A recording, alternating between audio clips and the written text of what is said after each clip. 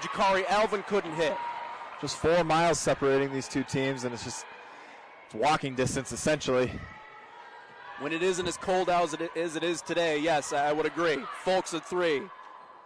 Rattles around, no good. Ainsworth there to knock it away, back to Slider. Now Helderip up top. Game 1 between Aquinas and Cornerstone. CU was able to come away with the win. And one big reason why is because of Casey Slider. Had a couple of big-time jumpers in the fourth quarter of that one to bring CU all the way back. Good start for them in this one, 6-0, 7:26 to go in the first quarter. Alvin a drive inside.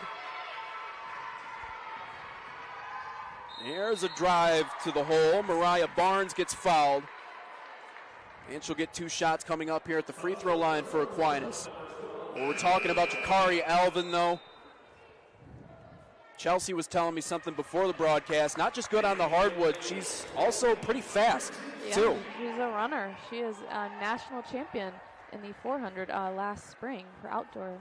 So it's when you have an athlete on the court like that, it makes it difficult as just as a basketball player trying to keep up. But and here at the NAI, that obviously a lot more prevalent multi-sport athletes is.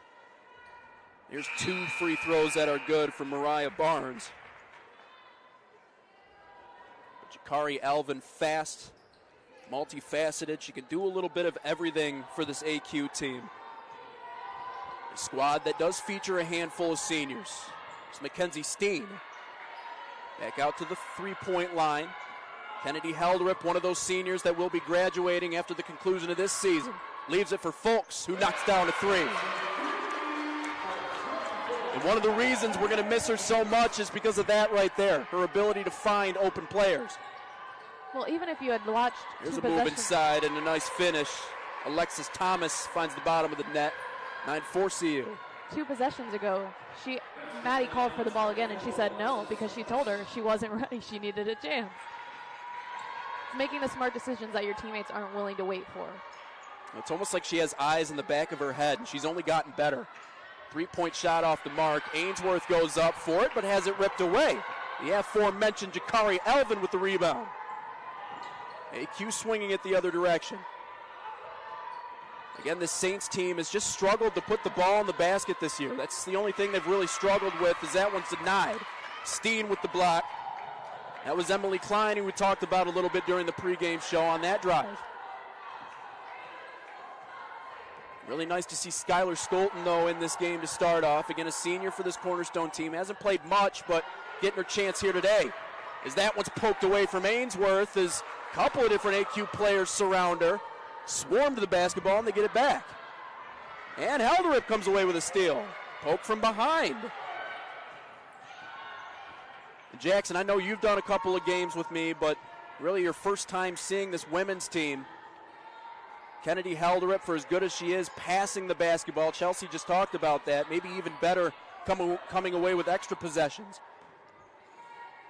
Dump inside. Nice pass by Folks, but Steen lets it go right in between her hands and out of bounds. The thing that I think that stuck out most to me when Stephanie Ainsworth just scored her first basket a little bit ago is just how similar her and her brother move together. I do a lot more of the men's games with you, but just the similarity between the two. You know, it's interesting. We don't see a ton of off-ball fouls in these games, but it seems like whenever there is one, it's on Stephanie Ainsworth just because she's fighting for position. Her and her brother are both fierce down low. And I tell you what, there's nothing that will make you a better athlete than having older siblings. I think it makes you a better person, truthfully. Right. Here's a 3. That one's through. Isabel Ream-Snyder out of Mason, Michigan finds the bottom of the net with that 3, and it's back down to 9-7. And a 3 the other way, that's good. Jaxie Long, a response 3, 12-7. I think they heard you talking about their three-point percentage earlier because I've only seen one miss today. Anything you can do, I can do better. Jaxie Long went to Newaygo. Jackson, you were talking about their high school team not long ago. They've made a couple of deep runs. One of the better women's basketball teams in the northern Michigan area. I attended Grant, so I got to see quite a bit of them, and my girlfriend also played in the area, and saw a lot of competitive women's basketball up there, and Newaygo being one of them. Brighton Miller puts up that buzzer beater and good, 12-9. Newaygo has made state championship runs. Held a rip from three, rattles around. Ainsworth can't come down with the rebound. Good positioning. Brianni Aquinas has dominated the recent series. Here's a finger roll up and through. Mariah Barnes went old school. 14-11, 2:38. Way to just get that one up there with her right hand over the three big men down in the paint for the Golden Eagles. Slider, a pump fake, two pump fakes, long, hesitation, drives, back out to Kubik. Way downtown, rolls in and out.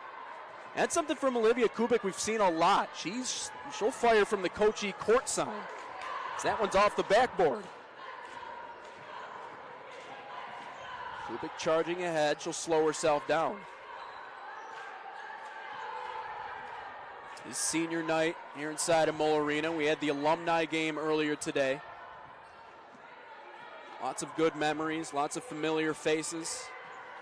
Still in attendance for this game. Jaylee Long inside to Casey Slider. Puts up a shot that falls short of the rim, and Jaxie Long tries to fly out of bounds and save that one. But it's back to the Saints anyway. Did you have the opportunity to watch any of the women's alumni game at all? No, you didn't. That's okay. I did. Let me tell you about it.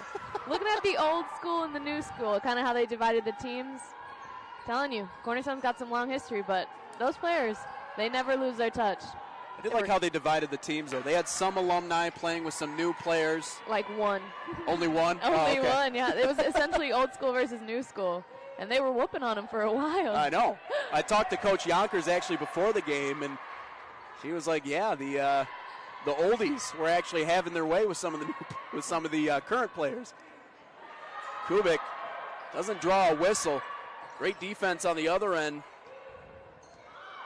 Jenna Bashke able to get in there. And now the Saints able to rip it away. Here's a drive. Alvin can't finish over top of Ainsworth, and Folks brings it in. That was trying to get a look at some of those alumni that we had in attendance. Starling DeGaynor, Brooke Moderman, Maya Udell. A lot of familiar names that put in great work and kind of set the foundation for what the future would be. And the future looks bright. Madison Folks knocks down that three, her second in this first quarter. It's 17-11.